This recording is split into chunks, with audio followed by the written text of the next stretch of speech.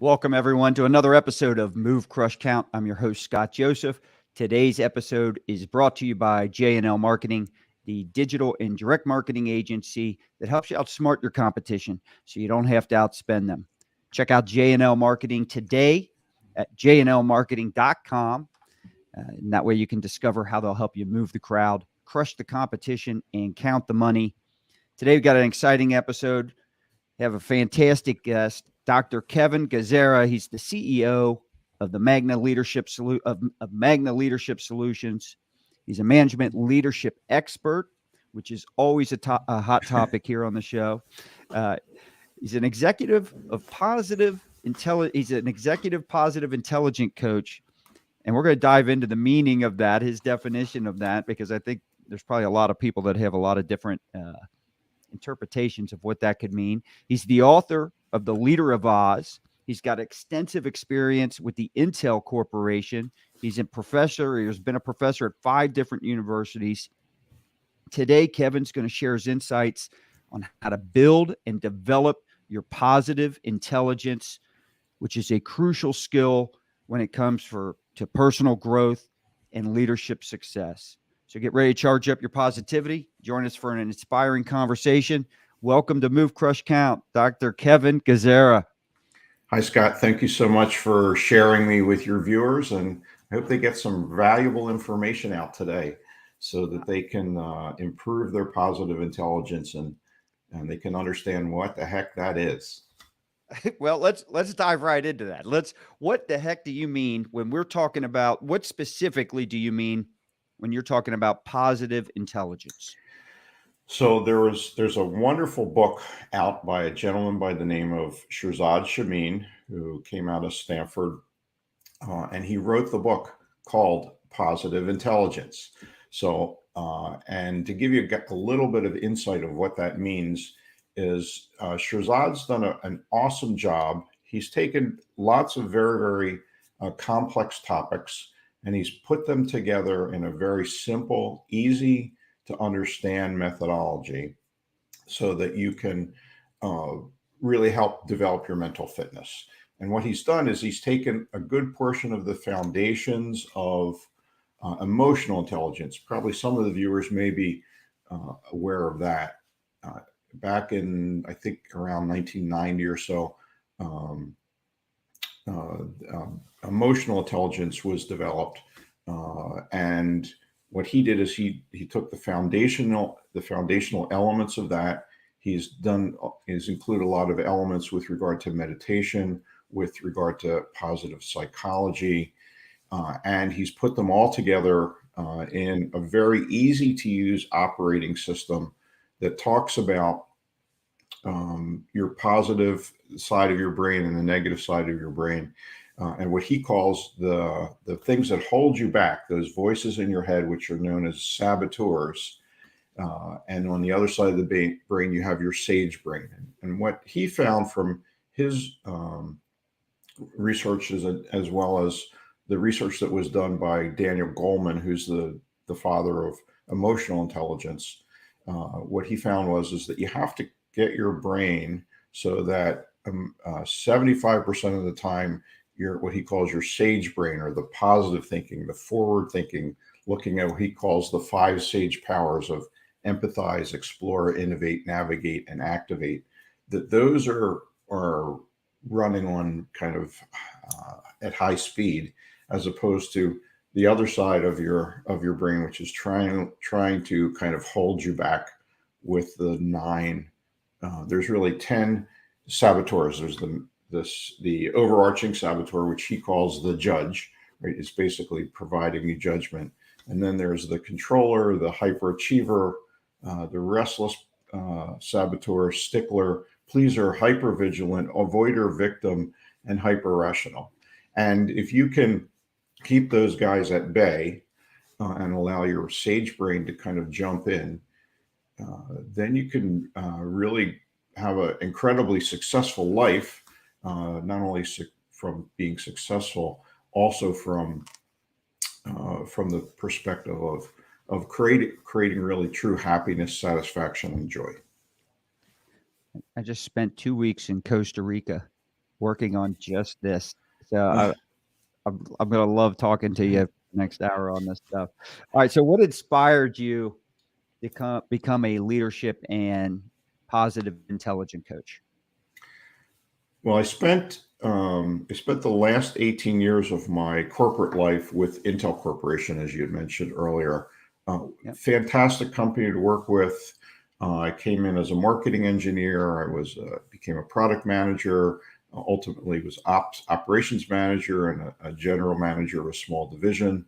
And then I had the opportunity. I found out that I really enjoyed teaching and coaching. So I moved over from the technical side. My background is in engineering and business, and I moved over, went on sabbatical. Intel gives you a sabbatical every 7 years. You get to take 2 months off, completely unconnected. Wonderful, wonderful perk. And usually when you come back, it's a great opportunity to go do something different. And after my first sabbatical, the guy that was running Intel University worldwide said, "Hey, I know that you like to teach. You've been teaching some classes for us. The person that's been running Intel University for Arizona, where I live, has left. They've moved to Oregon, and is wondering if you'd be interested in moving over from the technical side as a product manager for different chips at Intel to doing that." And I thought, oh, this is probably an interesting time. So the last 10 years I spent at Intel, I managed Intel University initially for Arizona, then for the US. And then I got the opportunity to manage Intel's first and midline programs for management and leadership for the world. The residential programs, we used to take people like you did 2 weeks in Costa Rica. We used to take everyone off site for 5 to 6 days and run them through management and leadership activities. And it was fantastic. We used to do about 2,500 managers a year in 10 different countries. And when I had retired from Intel, with my 2 colleagues, Ali Lakhani and Marlene Lundy, to start up our firm 15 years ago, we had just finished training our 40,000th manager at Intel. So it was a great program. It was called MTP, Managing Through People, and LTP, Leading Through People. In fact, I ended up on the front cover of Workforce magazine for the Leading Through People program just before I left. I think it was like 2005 or so. So great programs, great opportunity to learn and develop and help other managers get better. But the one thing I recognized is I had a personal goal that I wanted to retire when I was 50. Yeah. And fortunately, I was able to do that. I had a great mentor and a great coach at Intel. She worked with me throughout that. And I really wanted to do my next phase of life, which was to kind of give back, to help other organizations that didn't have $10 million to spend on leadership development. So that's what we've been doing. It's been fantastic. I get to coach, do a lot of business and executive coaching to help people with their careers and with their teams. And then we also have something called the Leading Forward Academy, which is a leadership program very similar to the kind of stuff that we did at Intel. Ours is actually a 6-month program that runs, on a regular basis throughout those 6 months. So it's all been good. I can't complain, and that's really what led me to the positive intelligence. It's 40,000 people through your training, and that's just at Intel. That doesn't count what you've been doing after. That's correct. So, and I have to tell you that it's safe to say you're a true expert when it comes to this. For one, I doubt if you weren't that good, I doubt if Intel would have let you get past, let's just say 20,000 people. Well, I can't take the ownership of all 40,000 for sure. There were lots and lots of people that worked for me and worked with me, and it was certainly a team effort The program actually started in 1989.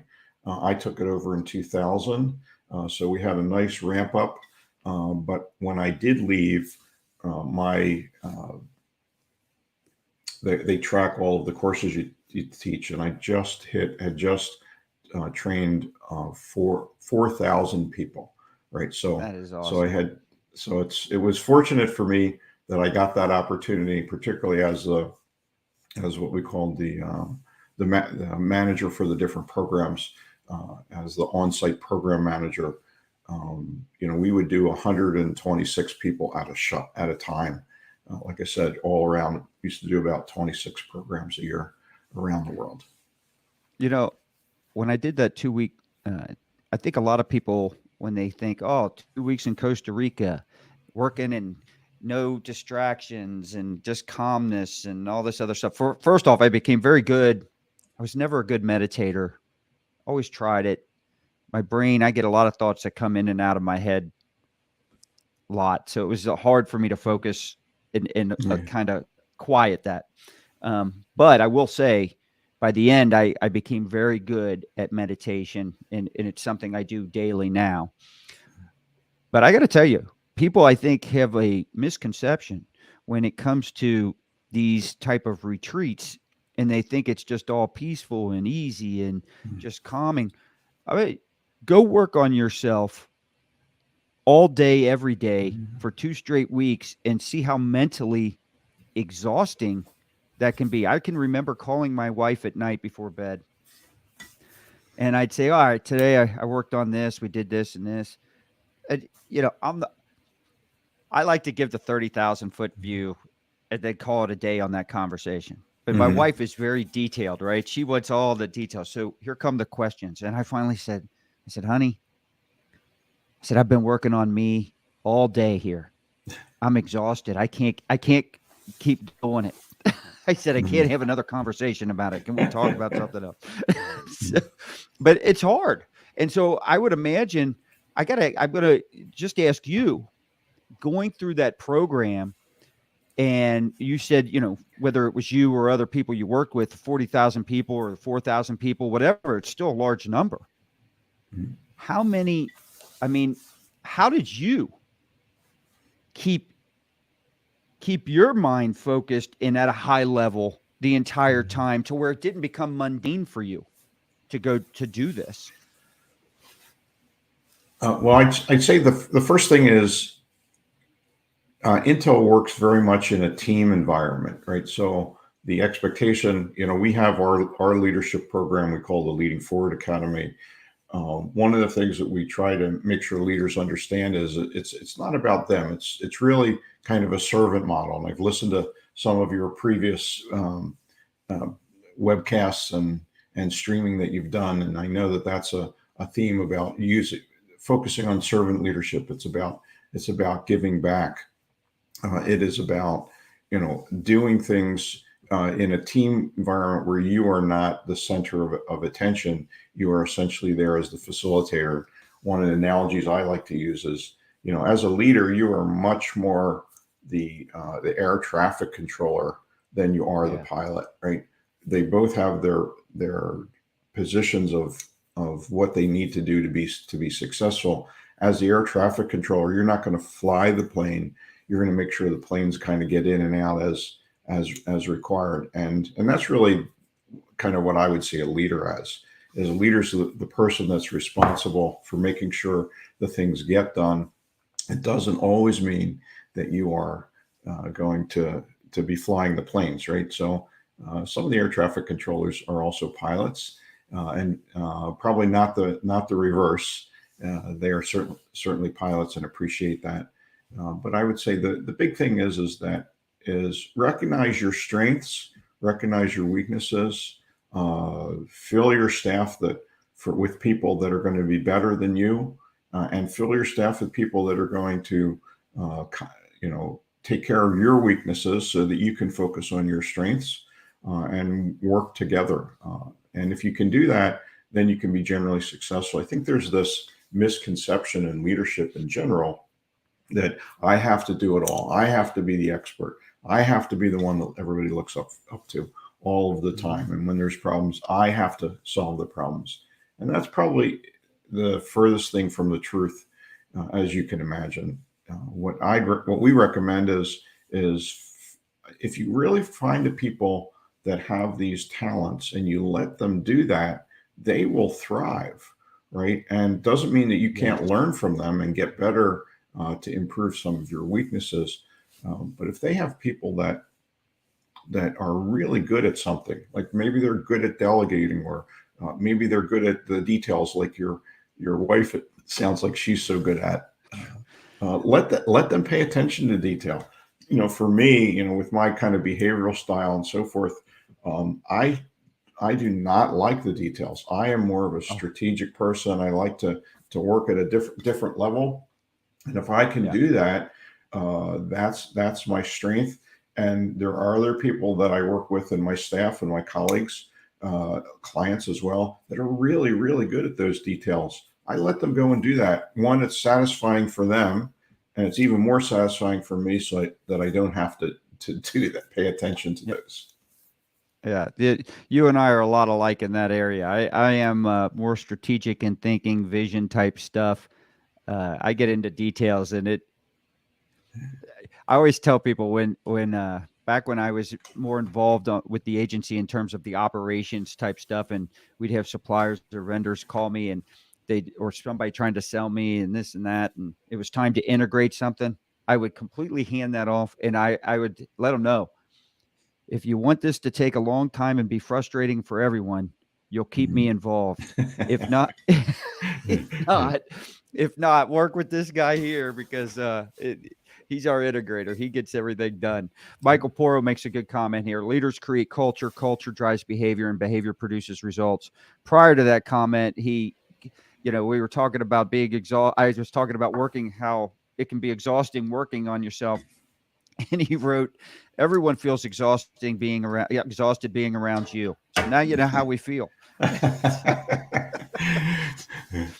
Well, that supports one of my philosophies, Scott, is that as long as people are giving you crap all the time, you're in really good shape as a leader. It's as soon as that stops and people stop doing that, that's really when you have to worry. I agree 100%. So you brought up strengths and weaknesses. How can someone identify their own personal strengths and weaknesses in terms of positive intelligence? Well, I think the first thing you can do is I'm going to send you to my website, and if you go and to, we're going to have those links, but go ahead, and I'm going to make sure I get the same links. Yeah, it's if you go to the website, you can get a quick start program to kind of jump into positive intelligence. It doesn't cost you anything, and you can take the assessment to identify your saboteurs, as well as your strength of what Shirzad calls as your sage brain. And if you go to PQ trainingandcoaching.com, just go to pqtrainingandcoaching.com. Within about 30 seconds, you'll get a little pop-up. Promise I won't spam you. And you put your information in there, and it instantly will send you the quick start guide that has the links. And you can go in and take the positive intelligence assessment that's provided by Shirzad Chamine, and it'll give you an idea of what your strengths are, where your weaknesses are, and it also give you an idea. There's 2 assessments. Both of them are very, very quick. In fact, probably if we're early on in the show, if you went in and took them right now, you would have those things in front of you probably within the next 7 minutes. And one of the things that you'll find is that it'll talk about the strength of your saboteurs, and essentially your saboteurs are your weaknesses, right? Those are the things that hold you back, whether it's the controller, or it's the hyperachiever, or the stickler, or the restless person. All of those saboteurs, and Shirzad uses a great analogy, is that you don't want to get rid of them, because typically it's like a hot stove, right? If you put your hand on a hot stove, you're going to want to remove it very, very quickly so that you don't continue to burn your hand. And what the saboteurs do is they're the hot stove. They're the things to alert you that something's going on, And then that's where you want to get your sage brain, using the different sage kind of powers to kind of take over for you. And if you can do that, then you can minimize your weaknesses and really allow the strengths portion, for empathizing with someone or exploring opportunities, or innovating, do things incredibly different, or maybe navigating through the different areas, or possibly even just activating, just being able to jump into very, very decisive action. So I know everybody's different and unique. And so you might have these saboteurs, you might have completely different set than I might have. But are there like 2 or 3 that you see when you're working with people that tend to be more common? Boy, it's uh, actually I've seen them all show up. It just depends. What I found is that it really much more depends on kind of behavioral styles of different people. There's if anyone's done Myers-Briggs or DISC, we use DISC, around the dominant style, influencer, steadiness, conscientiousness, right? That we've seen probably more correlation with that than anything else. So if you're a high D, right, like you're the super achiever type, and generally we're going to see that a hyperachiever, or the stickler, a hyperachiever in particular, is going to be one that's going to be more prevalent. Or maybe sometimes also you see them as the controller, where they want to control everything. And I would say that when we've done positive intelligence, in fact, we just released 2 days ago, we just released positive intelligence programs for intact teams. We just finished our first intact team of an executive team in Minnesota that really wanted to come together as a set of leaders, and they were having a hard time doing that. And by putting them through the 6-week positive intelligence program, which is combined with the leadership program, we have a hybrid that uses positive intelligence as the foundation, and we link that with a lot of the concepts that I wrote about in our leadership book called The Leader of Oz. And so we put that together and created this intact team positive intelligence program. So if that's kind of what we've seen from probably more of an executive staff, people at CEO levels and so forth, we see a lot of the controllers where they want to own everything. And we see a lot of restless, because they constantly want to do something different.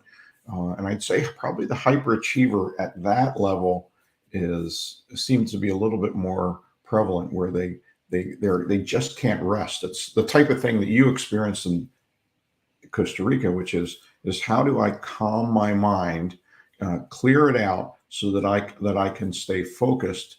And I will tell you, I've tried not all of them. I've tried many of the meditation programs, and being an engineer and being very, very, I have this hyper rational saboteur. Everything, I believe you can cut everything into numbers. That doing the meditation thing just felt very, very wasteful to me. And what Shahzad has done with the positive intelligence program, and by the way, he gives you an app that actually runs on your phone, right? And throughout the day, he has you do mindfulness, which is essentially, short little snippets of meditation type of things. And Correct. What he found is by doing that on a regular basis, building that habit, taking 2, 5, 12 minutes out of your day throughout the day, that it builds these new neural pathways in your brain, and that allows your sage powers, the things to really explore, do innovation, and so forth, come out. And if that is that's exactly. So when I say meditation, and I'm glad you brought this up, because there's a huge misconception when it comes to meditation. Before I went down there, I had the exact same thing. I was like, I might have got, if I did it okay, I might have got a little calm or whatever, or relaxed, I guess. But it was just 10 minutes of boredom. I mean, there was no productivity behind it. What we worked on is exactly what you're talking about. It was more about the mindfulness. And so when I'm meditating on specific stuff to kind of open up that stuff, so 100% agree with you. I want to bring this in because Michael Porro, he's a frequent attendee of our shows. So he says you're an expert on the art of importance of positive mindset. He wants you to elaborate a little bit more on that. Sure.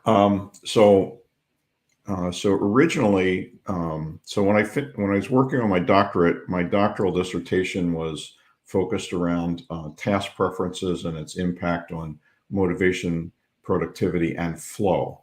And I worked on if anyone's familiar with the concept of flow. If you're not familiar with the concept of flow, that's the first thing that you want to do, because all of these concepts, work that was done by Marty Seligman at the University of Pennsylvania in positive psychology, a lot of that's weaved into the work that Shahzad has done. A lot of the work that was done by a gentleman by the name of Dr. Mihai Csikszentmihalyi. I'm not going to spell that out for you. You just have to go to Flow and read about the concepts of flow. All of that is built also into this positive intelligence stuff. And when I did my doctoral dissertation, I wanted to find out whether there is if there's a relationship to the tasks that we do on a regular basis around troubleshooting, project tasks, and routine tasks. There's 3 tasks that all of us do. If you look at your day or your week, all of that can be broken down into that. And what we found was that if indeed I can identify your task preferences, the mixture, there's 496 different mixtures of those 3 that you can have. And if I can identify your ideal mixture, we found out that we know that we can raise your level of motivation, engagement. And then there was some additional research done by Dr. Holly Martin on empowerment, that you'll feel much more empowered. And all of that is related to the concept of flow. And I was fortunate enough that when I did my dissertation, and it's published, by the way, so anybody can read it. It's incredibly academic, of course, because it's a quantitative dissertation, so I don't recommend it. Although if anyone can contact me, I'll be glad to send you the white paper that I did that crunches the 169 pages into 3 pages for you. I'd be glad to send that out. Or I'll just create a link for you that you can post with this later. But the thing is that if you can get yourself in this concept of flow that Dr. Csikszentmihalyi found, it's really it's when you have this balance of challenge and skill, where your skill meets your challenge. That is when you get into this concept of flow. And back in the 90s, the concept of flow was kind of returned as being in the zone. So I think a lot of people, it's like, oh, I recognize that term, like getting in the zone or being in the zone. And when you're in that situation, that's where your sage brain, here's how it all links. That's where your sage brain comes alive, where you get very, very innovative. You can really be empathetic. You can explore new opportunities. So the key is how can I turn that sage brain on as quickly as possible? The meditation portion, or the mindfulness, as you've described, helps you kind of clear out some things so that you can stay focused. And then if you can really focus on creating that situation where your talent and your skill happen that are very, very well balanced, you'll get in the state of flow. And I think the easiest way I can describe flow to the listeners is that probably there's 8 different elements that create flow, that contribute to flow. The biggest one is that you'll know that you're in flow when the sense of time is severely distorted. So if you look up at the clock and it says midnight and you swear like it is 9 o'clock, like there is no way it can be midnight. I couldn't have lost those 3 hours. That's flow. That's what happens, where you essentially become part of the activity that you're doing, that everything else gets shut out. Your sage brain is absolutely overly energized. and you come up with some amazing, amazing stuff. And I think, Scott, one of the things I would say is if I think back of where some of my best ideas have come, is they've come when I'm not thinking about, hey, I need to get my best idea, right? It's like I'm out for a walk in nature, or I particularly if I'm in a shower, right? Like any time where I'm very, very relaxed, warm water seems to do that. There's some good studies that show that there is some good correlations to that. That's where I get my best ideas. So rather than trying to constantly force myself to power through and get to that solution, you have to step back, right, and really stop thinking about it, because your subconscious will do that work for you, and then you'll get these we call the aha moments. Yeah, but what are some practical ways? I always want people in the audience, including myself, I want to be able to walk away with saying, all right, you know what? I can do this. I can do this. I can do this. What are some practical ways that someone can start to improve when it comes to positive intelligence, things they can, like, say, do on a daily basis? Yeah. So what we do in the 6-week program, some of the activities, it's a very guided methodology, using the app, right? If you go to your app store, whether it's on Android or Apple, you'll see a positive intelligence app in there. You can download it. The thing is unless you're in a program, the way Shirzad works it, unless you're working with a certified coach. I got my certification just about 2 years ago, and I run what they call pods of 4 to 6 people through the program every 6 weeks or so. You can get the app, but you can't turn it on unless you're working with a coach. So if you don't want to work through the 6-week program, here's a couple of recommendations for you. So first of all is get the book, and he has it available, and you can go to audible.com and get it, or you can, just get a hard copy or a Kindle version of it. Awesome, easy to read book. And he will Shirzad will walk you in the book. Once you have your assessment where you've identified the key saboteurs in your brain, he has chapters on each one of the saboteurs. So if you have the hyperachiever saboteur, he will walk you through all the different things that contribute to strengthening that saboteur, and things that weaken it as well. So there's lots and lots of very good prescriptive elements rather than descriptive elements. I think that was one of the big challenges with emotional intelligence when Daniel Goleman made it very, very popular. And I've taught emotional intelligence. I did a lot of research on that when I was doing all my doctoral studies and my dissertation. I think the thing was that it was much more descriptive. So kind of figuring out now that I know this information, what do I do with it?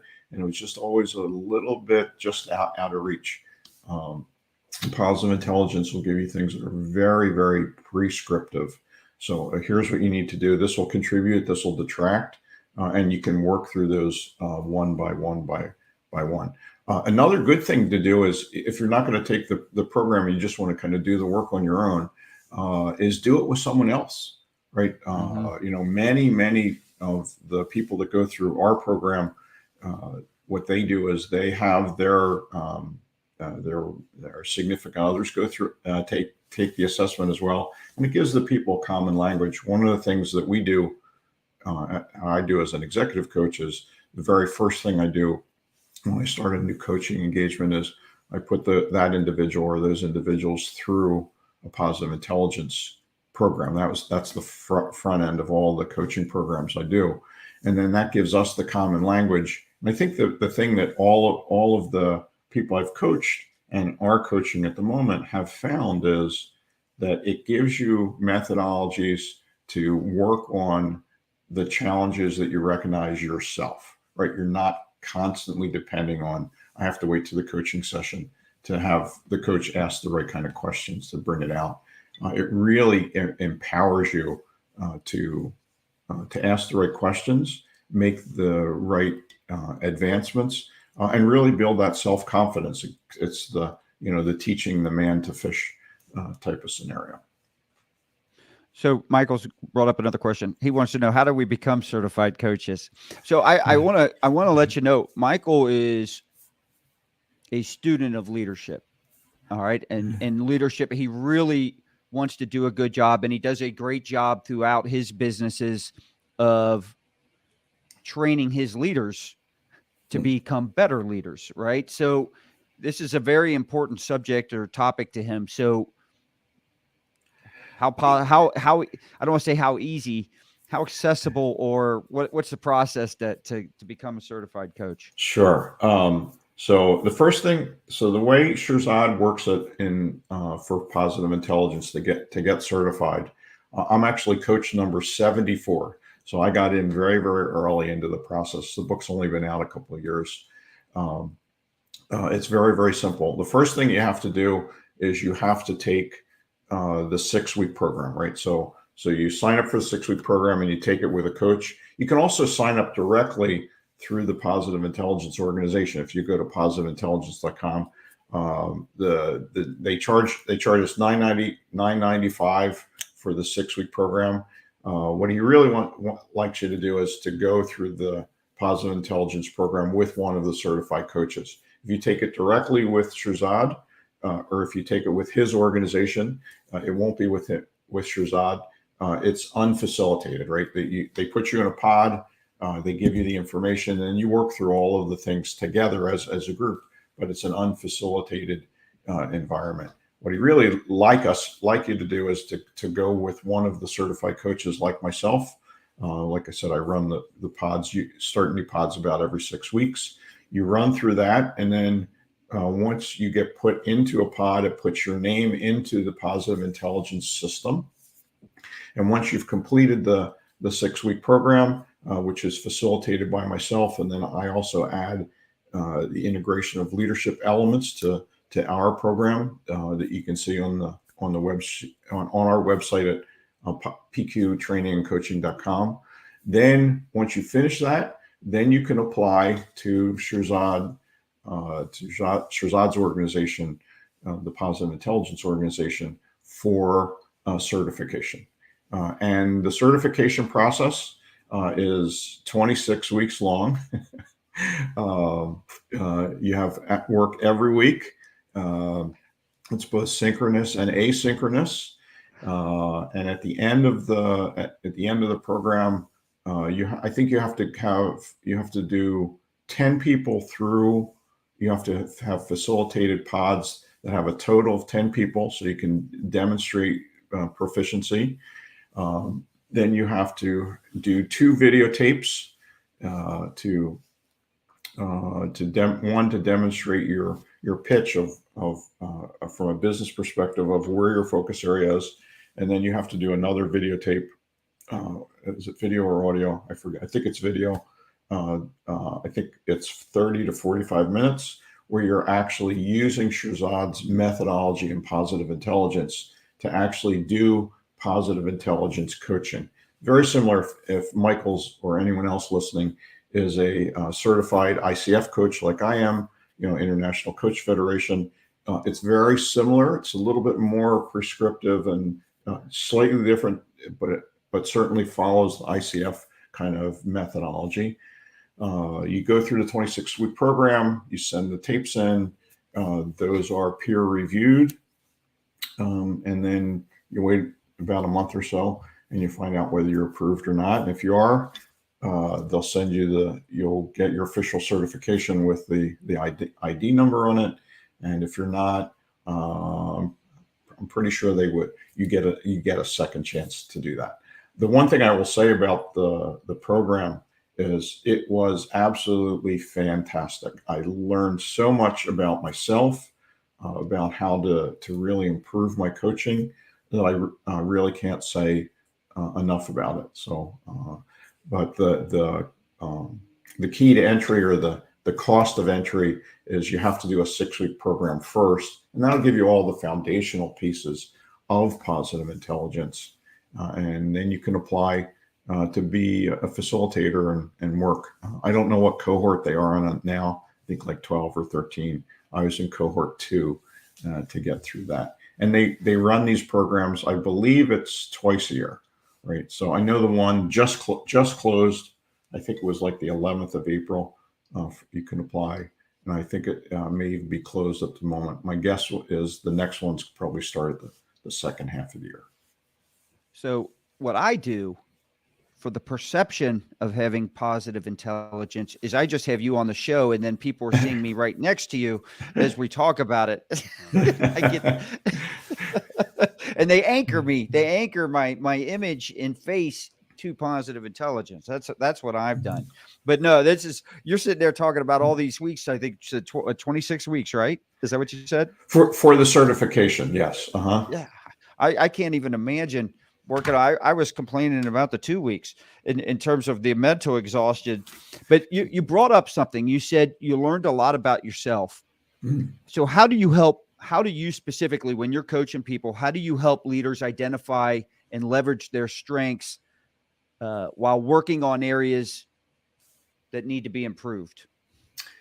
Yeah. So when I go through a coaching session with the different leaders I get to work with, as they're struggling with certain areas, first of all, they've gone through the Positive Intelligence 6-week program, so we have this common language. And when they're really stuck, my first question is which saboteur is talking at the moment, right? That's the first question.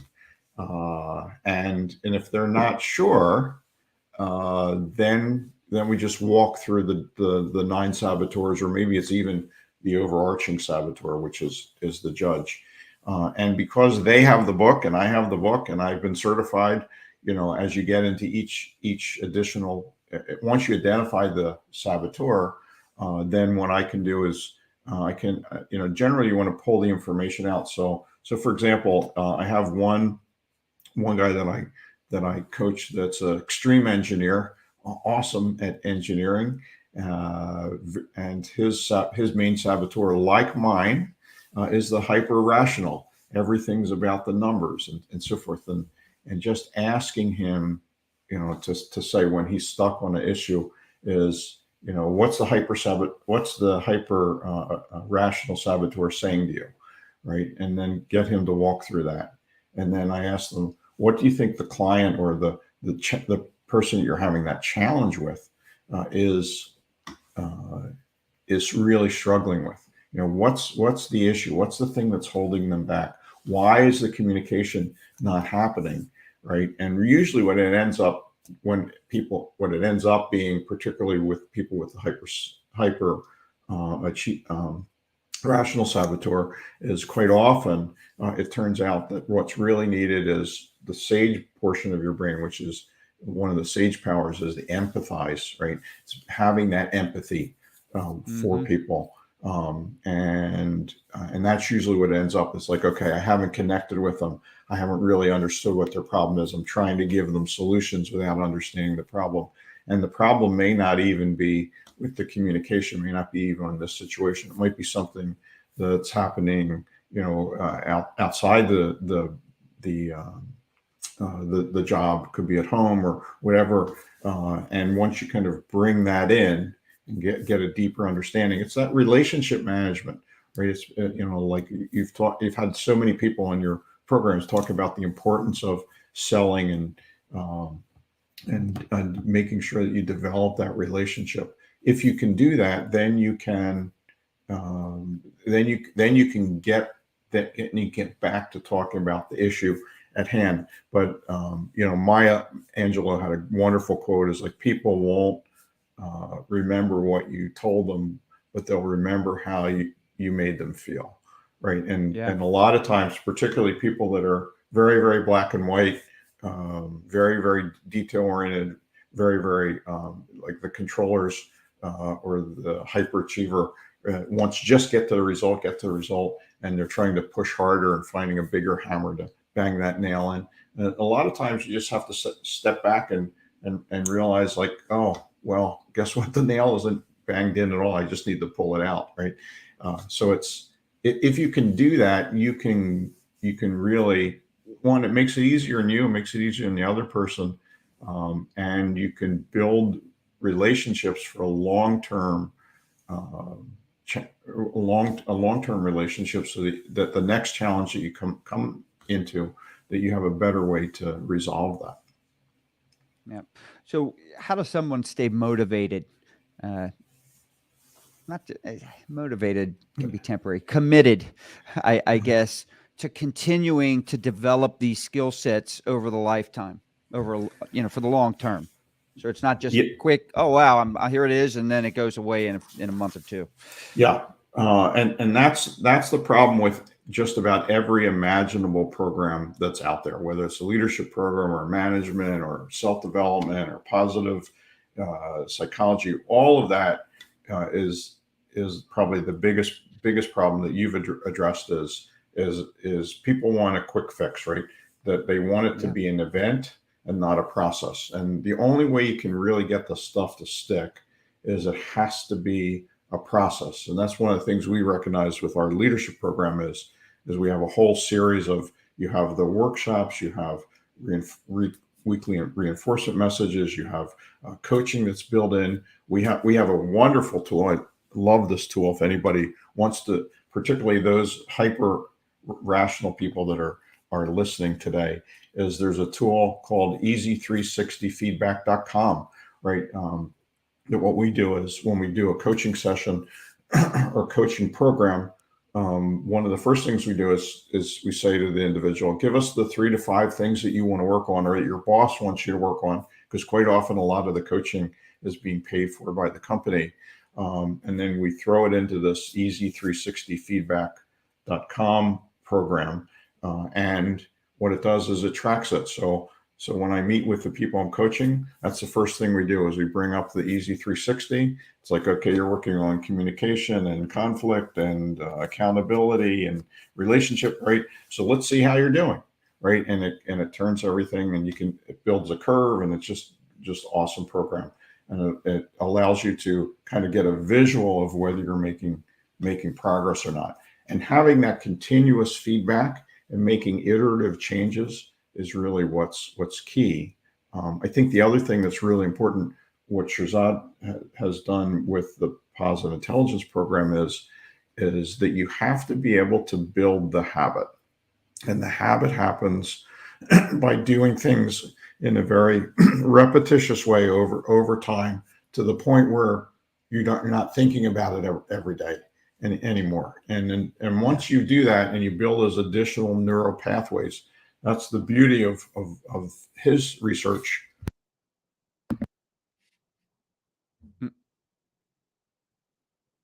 Sorry, you can build these neural pathways because our brain has this neuroplasticity, and you can build that. The thing is you have to do it on a continuous basis. And the number one reason people don't do this is that they can't see the cause and effect relationship. Well, I meditated for 10 minutes this morning. I did it 10 minutes this afternoon. Nothing's changed this evening, right? So, and what happens is people abandon it. The thing is, you have to have a little bit of faith, a little bit of trust. It's like going to the gym and working out. You're not going to see that through the first or second or third, or maybe even that week's worth of work. You know that you're building it. The difference is a lot of times because you can't see it, you don't believe it. There's so much research that shows that you can do that. So it's building that neuroplasticity, building those new connections every day. So, and really what it's doing is, by having it focused towards the positive element of it, what it's doing is it's weakening your saboteurs, right? And it's strengthening your sage brain. And at some, I think the best thing I could tell you is we just had this executive group finish the Positive Intelligence program with us about a month ago. And I think the biggest thing came out was from one of the senior executives said, when I start thinking about a problem or I have a problem, what I've noticed is that I don't have to force myself. If I just continue to do the mindfulness activities, they're usually just short 2-minute types of things throughout the day, is that usually during one of those, that problem that I've placed in my brain in the morning by the end of the day, I would do one of those, and a new idea will come out. And he says that was the thing that really convinced me that this. I think his words were like, "This crap works." Yeah. So the thing is you have to have a little bit of faith, and if you can do that, then you can be successful with it. The thing is just what I always tell everybody in the first workshop that we do is just trust the process. That's right. I love what you said. People want things to be an event, but not a process. That's not just in personal development or exercise. That can be in building or growing or scaling a business. Even I think there are people want instant results in so many things, and a lot of people like to say that's with young people, but that's everybody. I think or not everybody, but a pretty good percentage of people out there prefer that instant gratification. I can tell you, with the agency, when we first started like 30 years ago, the product that we sold was it was an instant gratification product. And when we had to do the pivot to digital marketing, which can provide short-term results, but it's more of an ongoing process of continuous improvement. Our internal team, I mean, it was a struggle getting them to make that shift. So many ways that comment, I think, applies. What are some, like, how do I take this, and in my different businesses, how do I improve like my team dynamics with this? Well, I think one of the things, the value that we'd seen kind of doing the Intact Team program is if you can go through it together, whether you do it kind of self-directed or you do it with a facilitated coach, is to get I would say just to have everybody take the positive intelligence assessment, right? Because I think one, it will generate some really, really interesting perspectives. And I think the thing that we have found was, like, when we did the Intact Team, everybody shared their results, right? And what they found is that particularly in the executive team, had a lot of controllers, a lot of hyperachievers, a lot of restless people, right? Where they constantly want to do more and different things. That what they recognized is that they all had, I think of the 8 people we put through, I think like 6 of them had all of the hyperachiever saboteur. And once they recognized that and they realized, hey, we're all in the same boat, we're all struggling from the same thing, then we focused in on that particular saboteur. So once you have that common language, once you have I think you can kind of laugh about it. And then what I found is as they've done their regular staff meetings and so forth, what they were telling me is that as we were getting stuck, we would be able to kind of make fun of the hyperachiever that's coming out, or the whatever the saboteur was, so that it really made it a little bit more playful. And at the same point in time, you can immediately go to the book of like, okay, this is a problem for us. What can we do? What can we do right now? And there's some really good prescriptive elements in the book for you. So that would be that's probably the easiest thing to do right off the bat. So what advice would you give someone who's just starting out or just starting to work on their positive intelligence? I guess the first thing is and this will be the hyper rational saboteur coming out from me, which says is get a baseline. Go to pqtrainingandcoaching.com and then figure out your strength, right? It'll give you a 0 to 100 strength. The key is to get it to 75. That's the magic number. You find out about that in the book, why 75 is, and it's 75% when 75% of the time your sage is operational, and 25% your saboteur is operational. You need that 3-to-1 size of the hammer to keep everything kind of in balance. I would say do those two things to get started.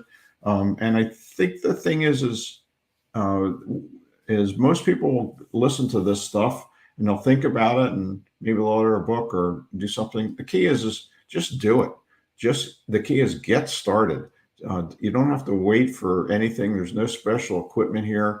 And if you can do it with someone else, that's the other thing that we know is if you compare with someone else and do it together, the odds of you continuing it are significantly, I forget what the percentage is, but it's massively greater. So don't do this leadership journey on your own. Do it with someone else. I have to tell you, I love when things challenge the way I think. It's one of the things I liked about Costa Rica. I went down there, not only to improve my focus, but really it was about, for me, my why had changed. Mm-hmm. What I was doing changed for me. Things that used to excite me became very mundane to me. And so the real reason I went down there was I knew my why had changed, but I didn't know what it was. Mm-hmm. I didn't have the clarity to know what it is that I really wanted to do. And because what I didn't want to do is just jump into something else that excited me in the moment and not be true. And I wanted it to be authentic to me. I wanted to be my authentic self in the sense of whatever I wanted to do next. And so to me, I walked away with a lot of clarity. I went down there thinking I'm going down for this, but what happened is I really went down there for this, which helped me get clear on what this was needed to be. It was incredible. So, and that challenged, I looked at things differently. So that's why I enjoyed this conversation today, is because you don't know what you don't know. And when you start hearing and you get exposed to this stuff, I think your last bit of advice there is get a book, dive into some of this stuff, and then start recognizing, oh, I've never looked at something like this before. And, it stokes that curiosity a little bit, and you start diving into things deeper, and then hopefully you take it to the next level. Yeah, absolutely. And if you really want to accelerate that process, do it with in a pod or a coach or with someone else. Yeah. All right. Well, that brings us to an end of another great episode of Move, Crush, Count. Had the pleasure of talking to the Dr. Kevin Gazzara. If you want to learn more about Kevin and his coaching programs, I want you to head over to, we got it scrolling here at the bottom. If you're watching us streaming here live on either YouTube, Twitter, Facebook, or LinkedIn, pqtrainingandcoaching.com. Make sure you visit him there, and you're on all the social. You got a heck of a following on social media, all the social networks, so you can follow him on any one of those. Is there one in particular? What's the easiest way to reach you for someone? Well, you can send me a direct message right to my company. Our firm is called Magna Leadership, Magna leadership.com. Yep. You just send it to kevin@magnaleadership.com. Connect with me on LinkedIn. I love people to connect with me on LinkedIn. So we've got, and if you do go to Magna Leadership, you'll find us in LinkedIn. You'll find us on Facebook. You'll find us on YouTube. Those are probably the easiest ways. Connect with me. If you have questions, I'd love to have a conversation with you. The more people I can get to do this, the better. And my promise to anyone that connects with me is you'll get no sales pitch from me. Like this is great stuff, and if it can be helpful to you and you want to do it on your own, I'll help you do that. And if you'd like to accelerate it, I'll tell you how you can do that as well. That's awesome. We appreciate that. All right. So if you enjoyed today's episode and you gained a lot of good, valuable insights when it comes to building and developing your positive intelligence, let us know about it. Rate us, review us, tell us what you liked. We pay attention to that because we want to improve all the shows. If you want to catch up on on the past episodes and never miss a future one, make sure you subscribe to us. You can do that at movecrushcount.com. Obviously, you can subscribe to us on YouTube as well. Make sure you catch all our live streams that we've been doing. We've been picking up the frequency here on the live streams, which has been great. Feedback's been good on that. But like I said earlier, that's on Twitter, LinkedIn, Facebook, YouTube. I want to give a special thanks to our sponsor, J&L Marketing, the digital and direct marketing agency that helps you outsmart your competition so you don't have to outspend them. Check out jnlmarketing.com today so you can discover how they'll help you move the crowd, crush the competition, and count the money. Share this episode, everyone. There's a lot of people that I think would benefit greatly from it. Until then, we'll see you on the next episode of Move, Crush, Count. Thank you, everyone.